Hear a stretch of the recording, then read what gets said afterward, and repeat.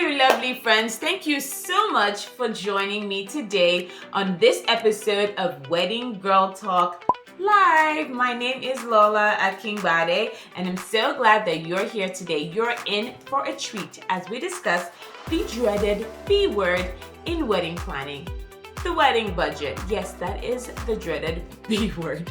A lot of couples fight about the budget, right? There's a lot of pretty intense conversations about the budget. But this episode is going to be discussing specifically 10 things that a lot of people forget to include on their wedding budget. Budgets are so important because it helps you plan. It helps you, really know how much you are committing to in this wedding. It helps you be more intentional as you speak to vendors and as you just, allocate your money. So having a good, complete budget is very important to the success of your wedding. How'd you like my hair, guys?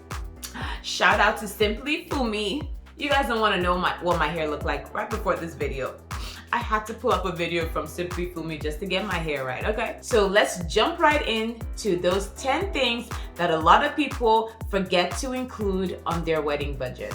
The first thing that people leave off their wedding budget is wedding dress alterations.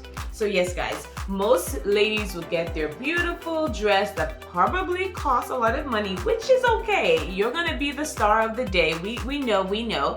But a lot of people forget that they also need to budget for alterations. Now, these alterations can cost a couple $100s, even into the thousands, just depending on what you need. Some people need to take in some, material on the sides, like if they lose weight, or some people need to fix the hemline, or you might want to add crystals, or whatever the case might be. Make sure you talk to your dress designer or the store that you get the dress from to get an idea of how much they typically would range for. But make sure you allocate some money for your alterations. The second thing that a lot of people forget to budget for are gifts. So this could be gifts for your spouse, gifts for your bridal party, gifts for your parents. This makes me remember, on my wedding day, I forgot to get a gift for my husband. Guys, it was a mistake. I forgot. Don't judge me and everything. There was so much going on. I, had to take care of some little details here and there and had family in town and all of that. So I forgot. So the first thing you want to do is make sure that you don't wait to the last minute to get a gift for your spouse. Don't be like me, guys. So he, wrapped it all up, sent it with, his best man on the day of the wedding and with a letter, and I cried and all of that. But then I had nothing to send back upstairs to him. I felt really bad. I felt so bad. But he understood and I paid for it later, so I get it. So make sure you allocate some money for your gifts, for your spouse, for your bridal party, for your parents, just to say thank you, for being such an instrumental part of this particular journey in your life. So the third thing that people leave off their wedding budget is their rain plan. So you might be planning this beautiful outdoor summer wedding, but you have to make sure that you plan for rain. There always has to be a backup plan, always. So it may be that week of the wedding, you check the weather and you realize that it's going to storm on your wedding day. Now you have to think about getting a tent. So a lot of times people don't really think about that until the week of the wedding when they're looking at the weather. You want to plan for this way ahead of time. Once you know your wedding is going to be outside, you want to plan for rain. So if that's going to require getting you a tent, make sure you get a quote for what a tent will cost, a tent and the size that you need it. Make sure you get a quote for what it's going to cost and put that in your budget as something that you may need to incur for your wedding. And tents are not cheap, guys, so you want to make sure that you allocate some money for that, including things like fans or air conditioning, just in case you might need to add those things as well to your wedding budget.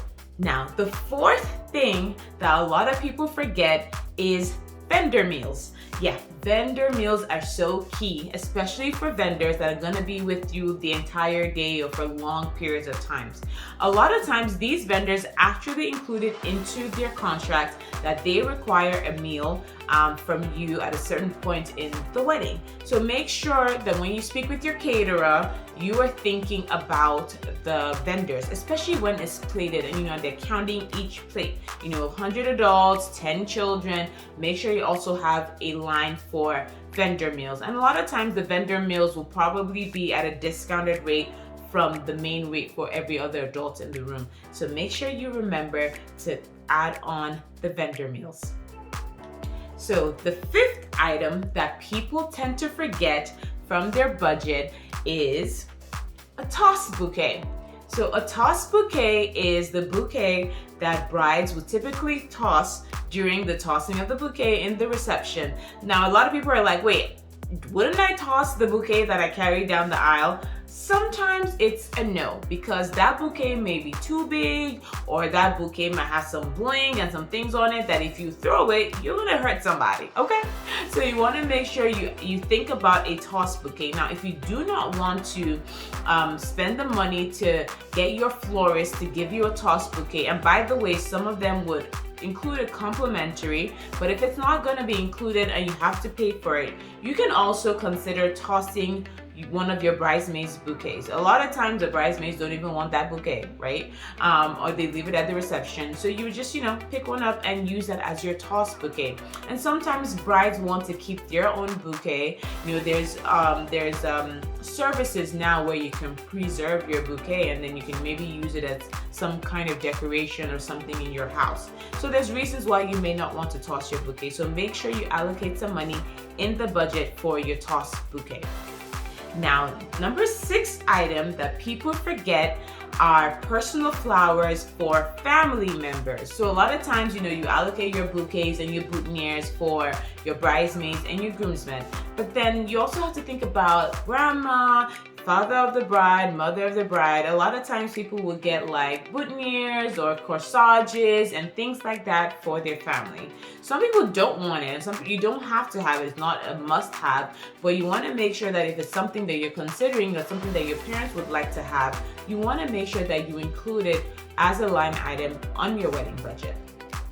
Okay guys, so we're almost getting there. Number 7 item that a lot of people forget from their budget is breakfast, lunch, snacks that you as well as your bridal party would need to eat before the wedding. So on the wedding day, typically your ceremony isn't starting till like later in the afternoon or in the early evening, and you might need to, munch on something before that time comes so that you're not passing out, at the altar. We don't want that to happen. So make sure you put some money in the budget for food, for snacks and things like that, that light bites that you as well as your bridal party can munch on before the wedding starts. So you can stay energetic, you can stay hydrated and all that good stuff. So number 8 item that you don't want to forget is gratuities and tips for your vendors. So a lot of times people forget to allocate some money for that, and at the end of the day they don't have any money to to tip their vendors. Tips and gratuities are not compulsory, but they're encouraged. They're advice that you should do it because it's a way that you say thank you to your vendors. To just say, I appreciate what you did. I appreciate all the hard work. Here's some extra money just to say thank you. You can put them in different envelopes. I typically tell my couples to put it in envelopes, label it, and I'll just give it to the vendors that you want me to give it to. And there is no set amount of money that you need to give to your vendors. There's suggestions. You can give 10%, you can give 20%, but at the end of the day, it's up to you what you can afford to give to your vendors. So make sure you don't forget to add that as an item on your budget. Number 9 item that a lot of people forget is ice. Ice, baby. Okay, I'm done. But ice is something very important. Now, the reason why ice is important is because, especially if your wedding is on, it's outside, it's summer, it's hot, you want your drinks to be chilled. A lot of times, caterers who are providing the drinks will also provide ice, or your bartender might be providing ice, or the venue might have ice. You want to make sure that you know where your ice is coming from, okay? If it's going to be the caterer, the venue, the bartender, if it's not coming from any one of them, you want to make sure that you have thought about how you're going to get ice to the venue and how much you're going to pay for it. So make sure you do not forget that you need ice. Make sure you confirm who will be providing the ice. Now, the last thing that a lot of people forget is either the pre-wedding events or their post-wedding events. So you might be having like a destination wedding where you're doing like a welcome party or a post-wedding brunch, or even like a local wedding where you're doing a rehearsal dinner. If you're the one covering the cost, especially because sometimes, family might be covering the cost, but if you're covering the cost for any of these pre or post-wedding events, you want to make sure that you're allocating some money or, some money that will go towards these events. So of course, I have a bonus for you all. Now this bonus is, especially during COVID times, you want to make sure that you understand what each of your vendor is going to be doing if you decide to move your wedding date. So because of the pandemic happening, COVID-19, a lot of couples are moving their dates because they're not sure if they can have the wedding that they truly want at their original date. Now, some vendors are beginning to charge for change of dates. So especially if you're just getting into it, you're just starting to talk to vendors, make sure you understand what each vendor will be doing if you have to move your wedding date. Will they charge you a new fee to move that date? Would you forfeit your original deposit, or are they going to apply your deposit towards the new date? Make sure you clarify and understand this, because if they will be charging, you want to have room in your budget where you have some like unplanned or contingencies and things like that, where you can put something like that on there. So some kind of like fee that you'll be charged if you have to move your date. We have come to the end of this episode. As always, I want to say thank you guys. Make sure you share my video. I'm trying to get those numbers up, so make sure you subscribe if you haven't already done so. And if you enjoyed what you watched today, give us a thumbs up and make sure you hit on the notification bell so that you know whenever we drop a new video. Until next time, bye.